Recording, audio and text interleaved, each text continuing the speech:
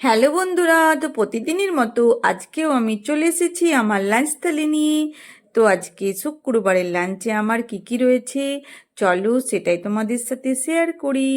তো শুক্রবারের লাঞ্চে রয়েছে আমার গরম গরম ভাতের সাথে কাগজি লেবু কাঁচা লঙ্কা, তার সাথে রয়েছে আলু করলা সেদ্ধ, আর রয়েছে গরম গরম বেগুন ভাজা, আর করেছি ডিমের কারি।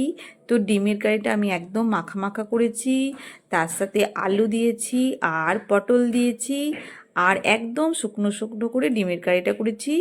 আর এরকমই ডিমের কারি আমার মেয়ে খেতে ভালোবাসে, সেই জন্য এরকমভাবেই করেছি। তার সাথে একটুখানি চিকেন ছিল, সেই চিকেনটাও একটু কষা কষা করে করে নিলাম।